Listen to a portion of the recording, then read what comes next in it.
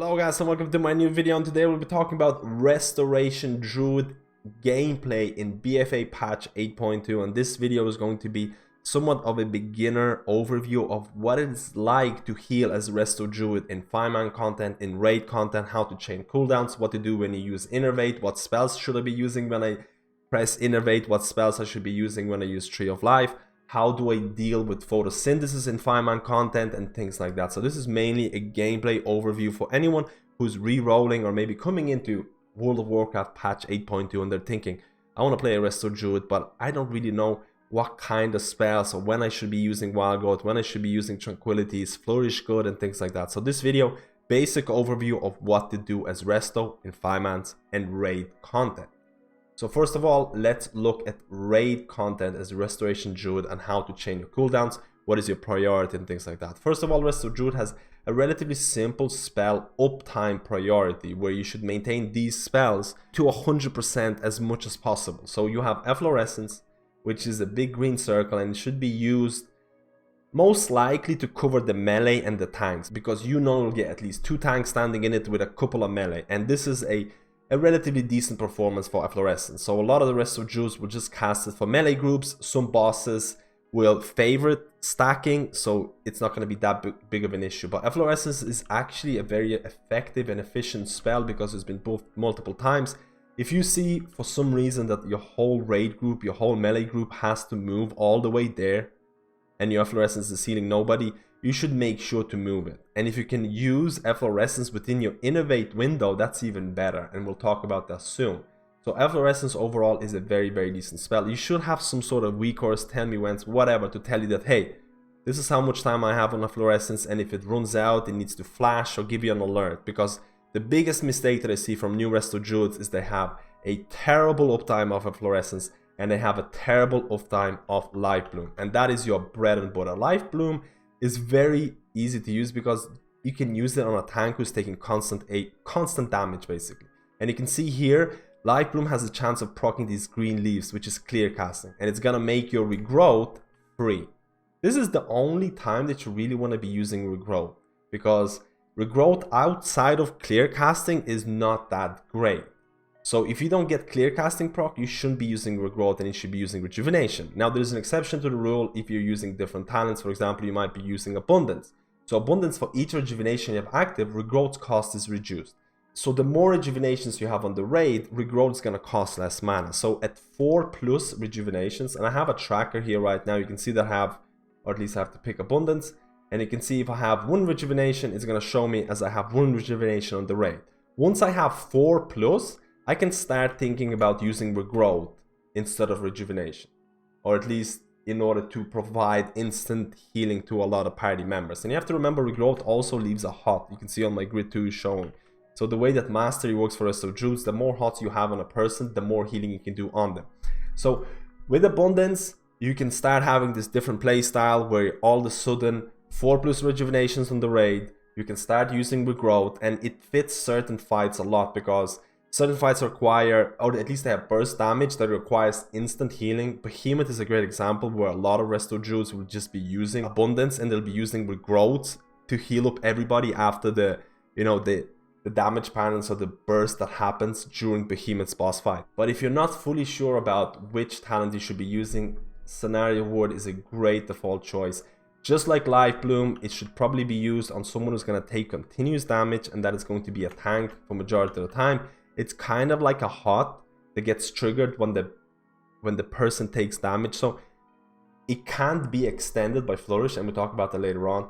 But a lot of the times you can just use it on cooldown on a tank because they'll be constantly taking damage. Now in terms of the healing, rejuvenation is your bread and butter as a Resto Druid. It is what makes Resto Druids. Healing over time, hot. You have to remember this term, hot. And then you have to look at AoE healing with Wild Growth. Wild Growth is actually a very good spell right now because you got a lot of buffs coming into it, and a lot of people will use Wild Growth on cooldown when there's AoE damage. And there is a lot of bosses in Eternal Palace that basically have a certain, constant AoE damage, and you probably be using Wild Growth on cooldown. It's actually a very good spell that also adds a hot. So now you kind of, I talked about Resto Druid Mastery. the more HOTS you have on targets, the more healing you're going to do on them. And this is why I also talk about Spring Blossoms, because your Efflorescence with Spring Blossoms will add additional HOT. So you can see you can stack and stack and stack these HOTs. Wild Growth is going to give you a HOT. Rejuvenation is going to give you a HOT. If you put Scenario Ward on the tank, they're going to have a HOT. So that climbs up, climbs up, climbs up, and makes your healing strong. So you can see where I'm going with Masteries as well. Masteries is a decent stat in raids as well. I'm not going to talk about stat priority too much because this is all about the gameplay. So, Efflorescence on melee or stacked groups, Light Bloom on tank, Scenario Ward on tank, on cooldown. Wild Growth when there's damage incoming or when there is AoE damage, Wild Growth becomes very strong, and besides that, Rejuvenation. And the way they should use Rejuvenation is Resto Druid.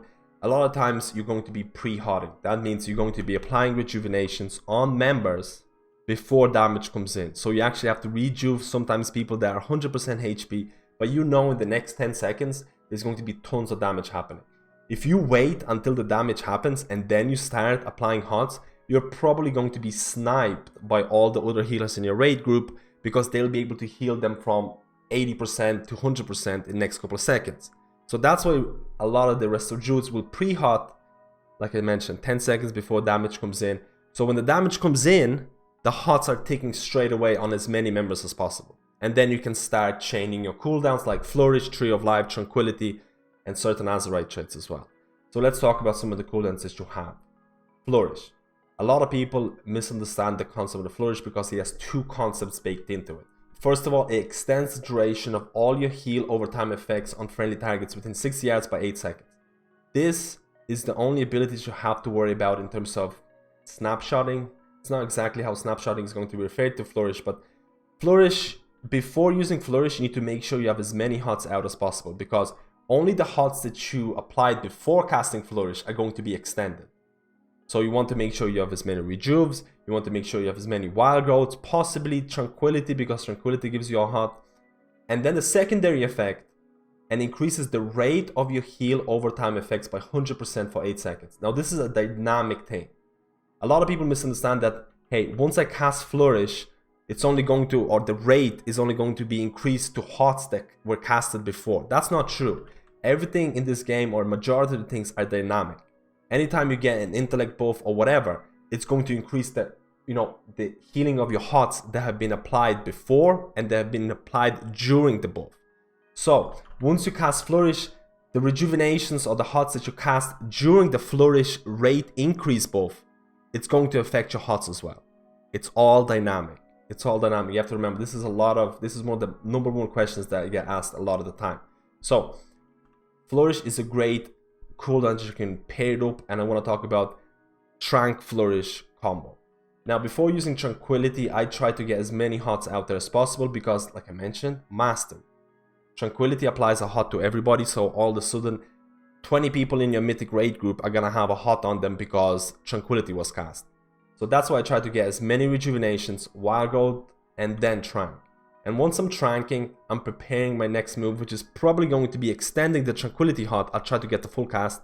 I either try to extend Tranquility or I might try to cast Wild Growth and then Flourish. It really depends what I want to do at that time, but I try to cast or extend my Tranquility HOT, and you can see this is what my grid is showing as green, because it's showing that I have the Tranquility HOT on me. This is why it's important to have your health frame set up properly, but it's not always going to be like that. You're not always going to be casting Tranquility into Flourish, because this gives you a ton of long or prolonged healing. A lot of the times damage patterns in fights, it's only going to be like 5 seconds of burst healing needed, and you're not going to use Tranquility and Flourish for just those 5 seconds of that burst healing. You have to really approach the fight, or before doing the fight you have to think. Now before that you also have Innervate and you also have Tree of Life. Now Tree of Life is, again, pretty relatively easy to use. It is a 3-minute cooldown. The easy way of using Tree of Life is that you should focus on Rejuvenations and Wild Growth. And you also have to make sure that you still keep track of your Efflorescence. You still do the same kind of thing. You make sure Efflorescence is down, because Efflorescence is highly effective. You'll be trying to get as many Wild Growths during Tree of Life as possible, and then you'll be spamming Rejuvenation, because Rejuvenation costs less and heals for more during Tree of Life. A lot of people get debated into going instant regrowth because they feel like, oh, it's instant regrowth, it's going to be so much better. You still have the global cooldown attached to it, and it's just not as efficient to cast rejuvenation, or at least it's not efficient to cast regrowths with Tree of Life when you compare it to rejuvenations on Wild Growth. Keep this in mind. Tree of Life on 99% of the content out there with Tree of Life, in raid situations, you'll be using, you're making sure fluorescence is down, you're trying to get as many wild growths, and you're trying to get as many rejuvenations. This is how a lot of people will be using Tree of Life, and the way that you'll be using Innervate, and Innervate is a pretty interesting concept. It's, it's mana saving tool. For 12 seconds, you'll be able to cast spells that are not going to cost any mana. A lot of people tend to fall into this whole, I'm only going to be using Innervate when I'm out of mana. Like 5 minutes or 3 minutes into the fight, you're like, okay, I'm kind of like 10% of mana, I'm going to use Innervate. That's pretty bad approach. You should be using Innervate as early as possible, because if you use Innervate in the first 20 seconds, you'll be able to get more casts of Innervate. You might get 2 casts, you might get 3 casts, depending on the length of the fight. If you're using Innervate like 5 minutes into the fight, you'll probably just get 1. And especially if you do tend to have Azeroth trait Lively Spirits, meaning when Innervate expires, for each spell the target casts using Innervate, you gain a certain amount of intellect. So this also becomes like a mini cooldown. So the way that a lot of people would use Innervate is that when the fight starts, there'll be, if there's constant AoE damage happening straight away, or this constant need for healing is happening straight away, they'll be using, the normal uptime rotation. They'll try to get their mana down a little bit, because you don't want to be using Innervate when you're full mana, because once you're using Innervate, none of your spells are going to cost mana, and you're going to get your base regen happening as well. So you don't want to, this same exact concept is happening with Essence, or the Essence Memory of Lucid Dreams, which if you're using the Major, or for a lot of raid content, a lot of Resto Druids will be using Memory of Lucid Dream Major and ERT Minor, which provides you with a ton of mana back. This is probably the most popular progression mythic Essence combination for Resto Druids. With this combination, you're probably not going to have many mana issues, and you'll be able to really constantly spam your healing spells. So once you use Innervate, you'll have 12 seconds where you're able to cast spells for free. And a lot of people will tell you that, I gave you an example of people are trying to move, or no one's standing in your fluorescence. They all move down to the right side. You can pop Innervate and you can refresh your efflorescence. You don't have to do that all the time. A lot of times people will just pop Innervate if you're a troll, you're playing for the Horde side. Berserking is a great thing to keybind or macro Innervate with, because Berserkings give you extra haste. You'll be able to squeeze in extra spells. Those spells are going to cost less mana, and also if you have Lively Spirits, they're going to give you an intellect bonus on top of that. So once you pop Innervate, you want to kind of make sure to get as many rejuvenations out. You want to make sure you'll try and get a wild growth in as well, and you want to make sure that a lot of the times you might want to refresh your fluorescence as well. That's during your Innervate combo. You're trying to squeeze in the most expensive spells in there, and a lot of the times the most expensive spells are going to be a fluorescence and wild growth, and then you're squeezing in rejuvenations. Very similar concept to when you're actually using Tree of Life. Very, very similar. You want to do the same thing. A fluorescence needs to be, up.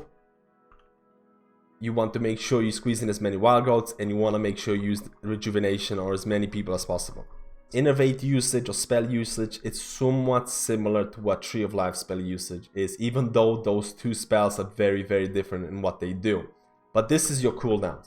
And the way that I like to chain cooldowns, they're always going to change per boss fight, but the way I like to do it for majority of the fights is to stagger them, not to combine them a lot of the times. Again, I mentioned that sometimes using Tranquility followed by Flourish is a very good way of doing it, but sometimes I just want to maybe cast Tranquility, then maybe I just want to, use my Innervate, try and get as many spells out there with Lively Spirits. I'm going to get this intellect bonus, and then I use Flourish.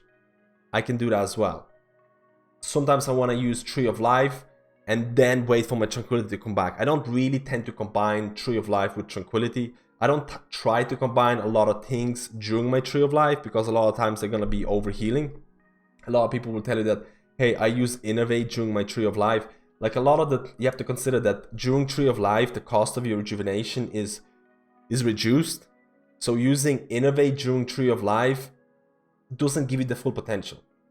So I don't tend to use Innovate with Tree of Life. I try to stagger every single cooldown. So with proper management of cooldowns, you can honestly have a cooldown for every single damage phase for nearly every single boss out there if you play it properly or if you know what the boss fight is about. This is the 5-man healing gameplay guide.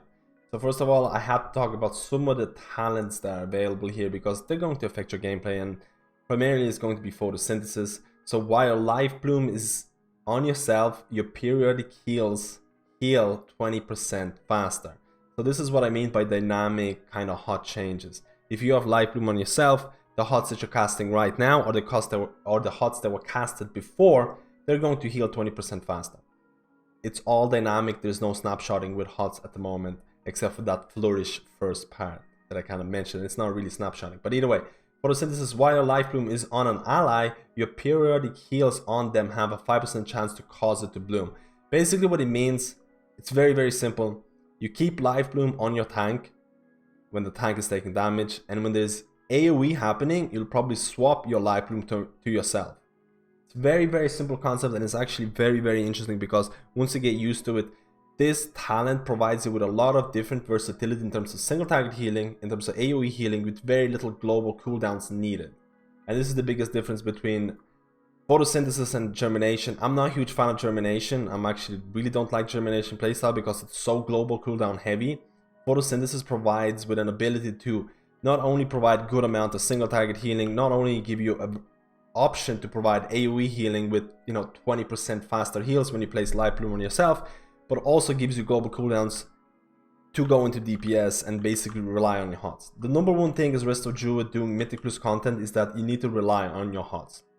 If you're a new Resto Druid healer coming into BfA 8.2, you'll probably be scared and you try to make sure that every single party member in your group is going to be, instantly gets 200, instantly topped up. You never let them dip below 80% and stuff like that. You'll be very scared.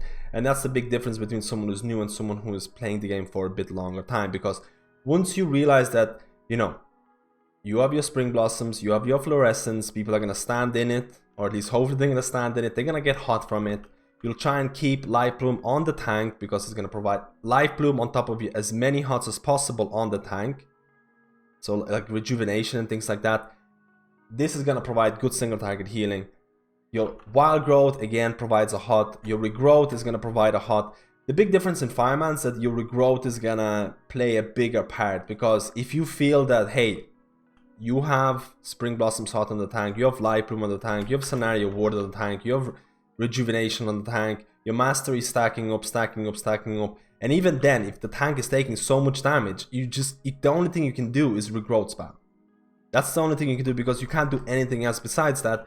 You might have Swiftmend as well, but Swiftmend has a decently long cooldown as well.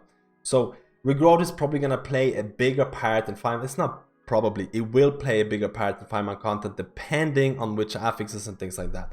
But the key to good Resto Druid play is that you let your HOTS do the work. If you have your, let's say you're going into a boss fight or trash pack, you place Efflorescence so people are going to stand in it, you keep, Life Bloom on the tank, you might have Scenario Ward on the tank, you might have Rejuvenation on the tank, and then you go and DPS in a kitty form. Now, I don't want to go too much into kitty form because a lot of people don't like the DPS as a healers, but kitty form is really, really a substantial part of Resto Druid in 5-man content, and I really want people to experience this. Maybe not new players, because a lot of people are scared with it, but once you get brave enough, give it a go, because it provides a lot of fun where you can place bleeds. You can try and make sure the target has Sunfire, Moonfire, so all of a sudden now the tank has like 4 negative effects on them.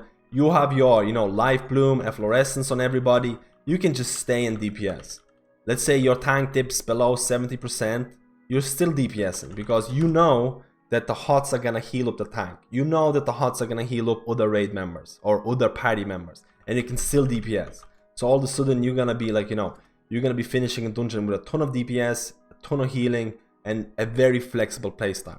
Now, if you're too scared to try cat weaving or kitty weaving with Feral Affinity, you can just, the bare minimum in my opinion is to apply Sunfires. Sunfire is the bare minimum. Moonfires and then things like that can help out. But I think this Azeroth trade is pretty much at least one having one of these Azeroth traits is mandatory for any Resto Druid out there. High Noon, Sunfire's radius is increased by 11 yards and it deals additional damage. So all of a sudden, you approaching a trash bank with like 5 or 6 mobs, you just press one global cooldown, Sunfire, and it's applied to everybody. It's going to give you a ton of damage and then you can go and heal.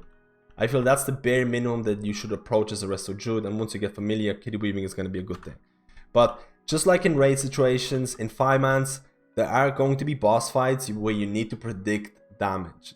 There are a lot of raid bosses where you need to make sure that, okay, I can DPS or I can do whatever here, but in the next 5 seconds there's going to be a ton of damage. So it's the same kind of deal. You make sure rejuvenations are out on the targets. You're probably going to be using Spring Blossoms, so you can try and make sure Spring Blossoms is out on the target. And when the damage is happening, you know, wild growthing and making sure if there is AoE damage, you place Light Plume on yourself. If you place Light Plume yourself, the heals, your HOTS are going to heal 20% faster. So all of a sudden, you know, people should not die. Mastery is the key here. This is one of the reasons why Mastery and Haste are one of the best stats for a lot of the raid or 5-man Resto Druids. The more HOTS you have on everybody or a certain person, the more healing you're going to be doing on them. If you'll notice soon enough that if you don't have any HOTS on a person, your regrowth is going to heal for nothing. If you have tons of HOTS on that person, your regrowth is going to be doing a ton more. So that's why, again, I'm repeating myself, HOTS, HOTS, HOTS. Let Mastery do the work with HOTS, and with the downtime that you get by using photosynthesis, you can really try at least, you know, apply Sunfires, apply Moonfires, and if you're brave enough, you can go in for that kitty weaving, and kitty weaving is extremely fun. If the mobs are dying really fast, just swiping can do a lot of damage. If the mobs are going to live longer, applying your bleeds is going to be really strong. Sunfire is going to be, again, your bread and butter of DPS as Resto Druid in 5-man content, because that is very important. And in terms of essences, honestly, you can go a lot of different ways. I think a lot of the Resto Druids who are trying to do a lot of DPS will be using Crucible of Flame rank 3 as their major, because you can use it to DPS and heal, but a lot of people will be using it to provide extra damage to bosses or trash mobs. In terms of minor essences, honestly, Conflict and Strife rank 3 is really strong. I don't do PvP, so I don't have it. You have things like Well of Existence, which is again strong for a lot of different healers out there in 5-man content. There is a lot of different variation. There isn't one essence combo that's gonna work for every single week, that's gonna work for you. Like Crucible might work for people who are comfortable with doing damage as Resto Druid, but maybe you don't want, or maybe you're not comfortable with dealing damage. Maybe you want to go with something easier. Maybe you want burst healing that's provided with E or T. Maybe you're running a really high tyrannical key and you're scared about mana consumption. Memory of Lucid Dream can be a very decent choice. Maybe you don't have any of these essences because they're quite hard to get, but you have Lightbinders. Lightbinders is actually a very decent option as well, both in raids, especially heroic raid content, and both in Mythic Plus content as well, especially because it's very easy to get when you consider other essences require, you know, reputation grind, require a lot more time investment. Thank you guys for watching this video. Let me know if you enjoy this kind of content, if you want to see more healer guides. Let me know, guys, and I'll see you in my next video.